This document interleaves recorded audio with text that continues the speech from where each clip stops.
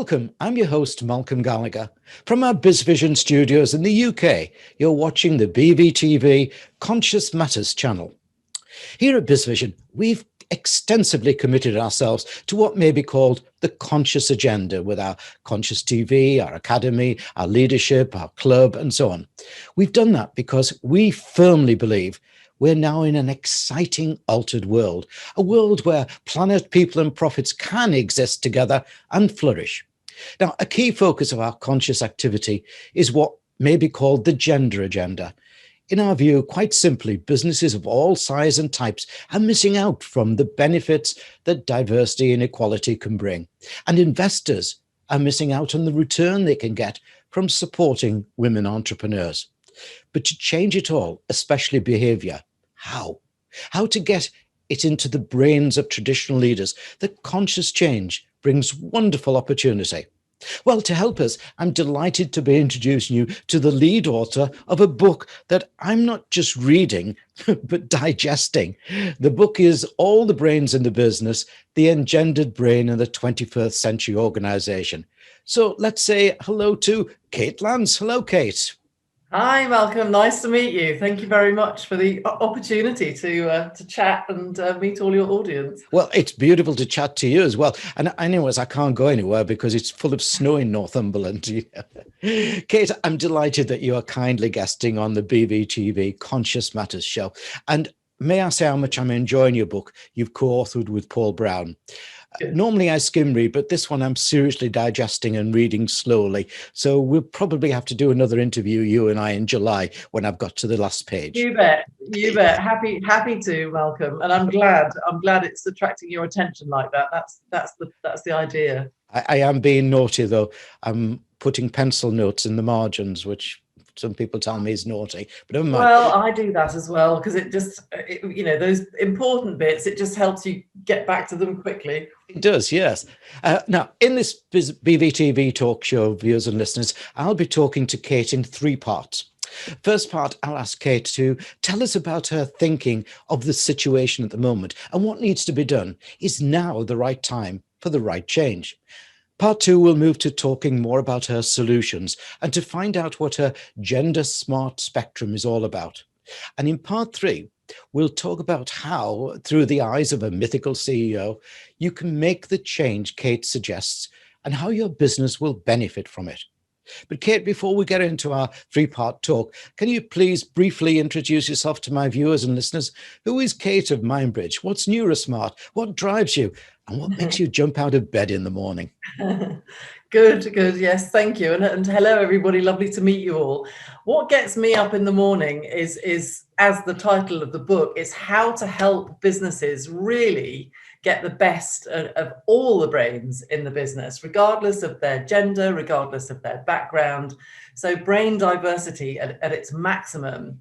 And the really exciting work I'm doing with clients is really showing that if you focus on enabling brains to thrive, regardless of whether they're very male brains or very female brains or very introverted brains, you really can create a sense of profound well-being for the person whose brain we're talking about. That translates into the neurochemistry of thrive, and people have great days at work and their productivity goes up. So it's just a win-win-win. And that matters profoundly, and it matters in business, especially now. So really looking forward to talking about how I think we're at a pivot point. Yeah. It matters for mothers and fathers. This stuff is interesting, important, insightful, and that's why Paul and I wrote the book, not because we want to be bestsellers. We just want to have a big conversation with as many people as possible about. By the way, who is Paul? Life enhancing. Who is Paul? Paul is my very good friend, Professor Paul Brown, who lives in Laos, and sadly I haven't been able to see him for a while because none of us can travel. But we sat and planned the book out in Luang Prabang 18 months ago now, and he's a good friend and a big thinker and a really decent soul. And we wanted to practice what we preach, which is, there are differences between male and female brains in general, that's not a binary equation at all. Neither sex is better. We're, our brains are as unique to us as our fingerprints. But understanding those differences is a source of productivity, power, well-being. And so Paul and I wanted to write it together, so we show the best of all the brains and what we're up to. Brilliant, brilliant. Yes, yeah. We're the same, my wife and I, Venus and Mars at times, and but it is lovely working together, and the chemistry that you can get is enormous. Yeah. Mine sometimes on lockdown, I think she's ready for me to get back on the road again. But Kate, let's kick off our chat in part one and tell us about your thinking of the gender situation at the moment and what needs to be done. Is now the right time for the right change? And how does your book aim to encourage that change? Oh, and just a little one extra. What's this about organizations squandering around 30% of productivity and potential? Yes, well, what my research is showing, when I do deep dives into key populations in some client organizations where they're keen to find out where have they got under leveraged brain potential. They've got good brains in the business. They've spent a lot of time and money hiring them, training them, promoting them, and then it's not getting the best out of their brains. And so what I'm finding is that on average, there's about 30% of the brain power that has been carefully selected that is simply not being fully accessed. So my metaphor that I think describes it rather well is that it's a bit like, you've got yourself a super sports car and you're driving it with the handbrake on. Right. So your foot's full down on the accelerator, pushing for that productivity with the best intentions, and yet you've jammed the handbrake on because you're ignorant of what it takes to access the best of the diverse brains. And a lot of the brains that are not as often in Thrive are the brains at the more female end of the brain sex spectrum, whether they're in women or men. So lots of companies are inadvertently not getting the best of all the brains. Yeah, and I want to change that. Go on. Sorry, can I just ask a little question there that puzzled me? Do you think that that's because some people are the leaders or the manager above are frightened of the brain power of their team member? I think that's very rarely the case. More often what I'm finding is that there's really positive intent around the diversity and inclusion agenda. A diverse group of brains that are really feel included will perform well. And what I'm seeing is a lot of super initiatives, but there's an ignorance of brain gender difference. And therefore, what's getting measured, what's getting focused on, what's getting called out as successful, the KPIs are better suited for a certain subset of brains and not all the brains. And so with the best will in the world, you've got a lot of brains in the building or in the virtual environment now that are just simply not being enabled to act in an authentic way. So those brains are driving with the handbrake on. Yeah. And brain sex difference has got a lot to do with that. So it's about really understanding what those differences are at a kind of general level, and then really caring about it at an individual level. That's when it works. Now, it's a hard thing for some white business leaders, male business leaders, to suddenly make this change. I mean, they've got enough on their hands in their minds to make the change to remote working or remote leadership. How are they going to get themselves past this barrier that's there? I would say be really curious about it. The research evidence is categoric. There is huge productivity uptick by focusing on the source of difference in brains, as opposed to assuming that all the brains thrive for similar reasons. They don't. They just simply don't. So right now, if ever there was a moment to go, gosh, I'm a CEO, this is my business, how well am I leveraging all the brains in my business? And how well am I accessing diversity? So basically, I think that we're at a huge pivot point. Now, what matters is the capacity to be really creative, and from that creativity to innovate, and around that innovation to act with extreme agility. And if it's not about business optimization anymore, it's about dealing with, random surprising events and dealing with them quickly and creatively. And you can only do that if you've really got a lot of different brains thinking about the problem. You cannot do it if you've got a particular dominant in-group that are thinking in the same way and rewarding the same kind of behaviors. It's not going to happen. So companies that don't do this won't survive into the future. This is a massive source of sustainability. So, it matters. So if you're not thinking like that as a CEO, your company probably won't exist in 5-10 years' time. Yeah, I am absolutely, totally with you on that one. I spend a lot of time like you on leadership coaching within companies, and the worst ones I have is where it's all male, and as you say, it's just they're almost cloned by the leader, and there's no vibrancy in the business. And actually, I think in many ways they're turning away customers rather than attracting customers. Would you agree? Oh, completely. And not just customers. I mean, if you look at the world that we're engaging with and selling to, you have to represent the people that you're selling to. The world is 50-50 male, female, and it's enormously diverse in all sorts of other ways, ethnicity, background, socioeconomic. So unless the people around your top table look like your customers, you're missing a trick. And there are very few companies where that is honestly the case. And, including diversity is a tricky thing to do. It's hard work because different brains coming in with different perspectives create a lot of kind of, it's exciting. It's also angsty. Yeah. And you have to be very skillful and sophisticated to really include that diversity, as opposed to unwittingly shut it out, which is a lot of what's happening. Yeah. And I love your comment, do it, make the change or you won't survive. Yeah. I think I can just see, because of these hundreds of interviews we're doing around the world, I can see the tide. The tsunami is on its way. Kate, it's time for part 2 and to talk more about the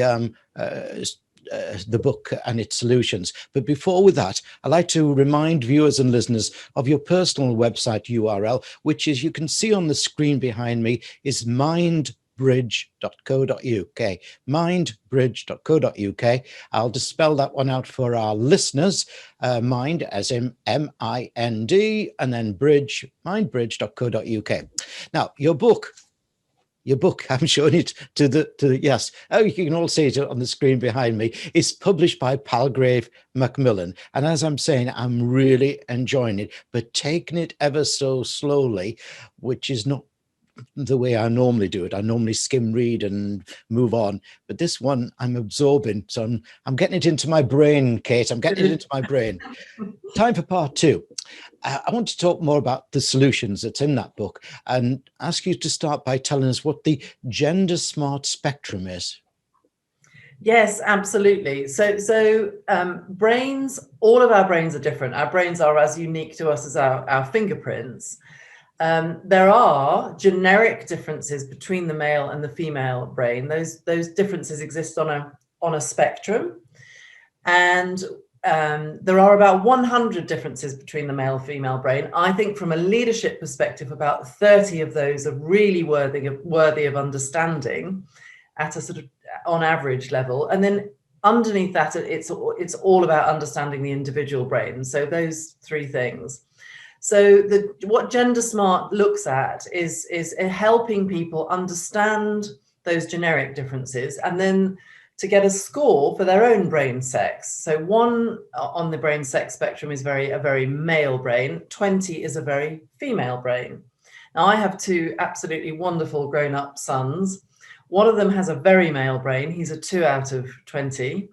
And the other one has a more female brain. He's a 12 out of 20, which is the same as I am, same brain sex score as me. So very different ways of thinking and approaching the world. And yet my son, who's the same brain sex score as I am, he still has a lot more testosterone in his body than I do. So his way of kind of banter and competing is very different from mine. Despite the fact that he's a man with a slightly more female brain and very, very high EQ. I mean, his EQ is off the charts. And the point Paul and I are making in the book is if you understand that brain diversity and you know what a very female brain will bring to a sales pitch, a negotiation, a coaching session, picking up some of the emotional burden that goes on within the organization that enables the people who go out and sort of kill the woolly mammoths to go and do that. A very female brain will do that very instinctively.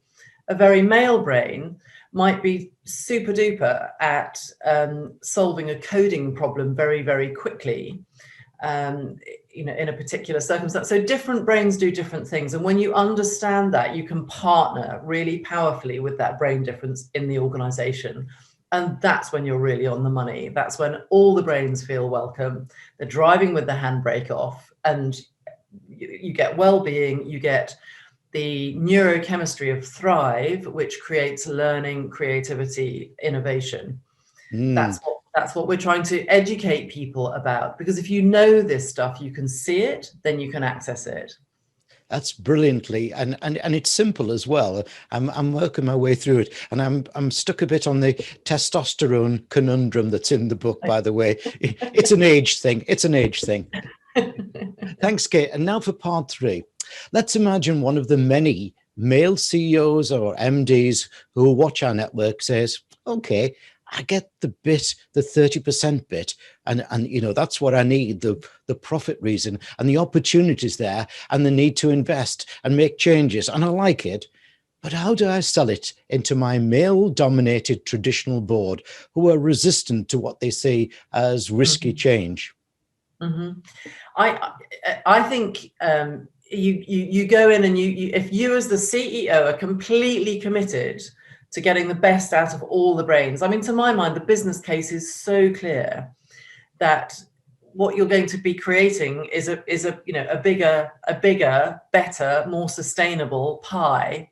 So everybody wins. So for those who might feel a bit threatened about it, don't. Be curious about it. There is nothing to feel threatened about. In fact, once you get into it, the reward for effort ratio is so much, pleasure and good for business. There is nothing to fear.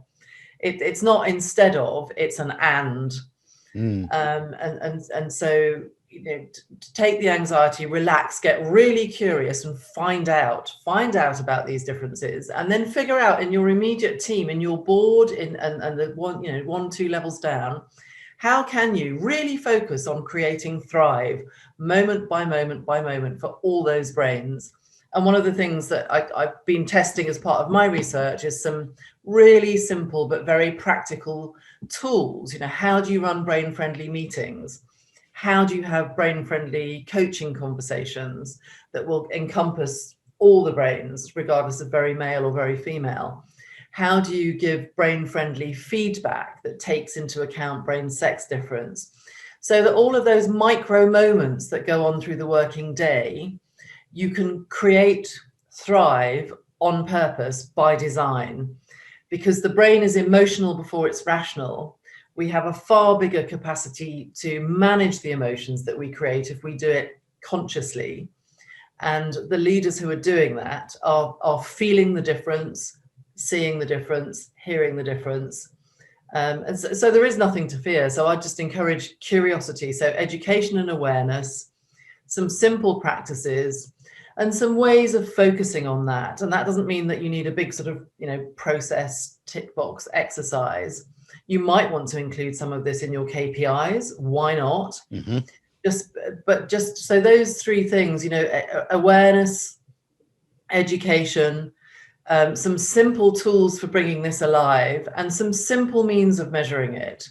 And those 3 things, if you're really up for it, will make the difference. Yeah. And again, I'll just reiterate what I think is you've said at the beginning, so important. If you don't make the change, you won't be around. And I'm seeing that wave happening time and time again. Yeah, absolutely. Well, I do a lot of work with young people coming into organizations as well. And the Gen Zs, the young people, like my son's a big case in point, they're not going to stick around for companies who don't get this. So the brightest and the best won't want to join a culture that isn't on it in this regard. Yeah, I'm totally, that is a great A great bit to end our chat on. I love this type of meaningful interview and this type of thinking that is so of the moment. I trust, like me, you've learned a lot in this interview and been inspired to take the action you can find in this book. Thank you, Kate Lanz, for a great interview. That's a real pleasure. Lovely to chat to you, and lovely to meet everybody virtually.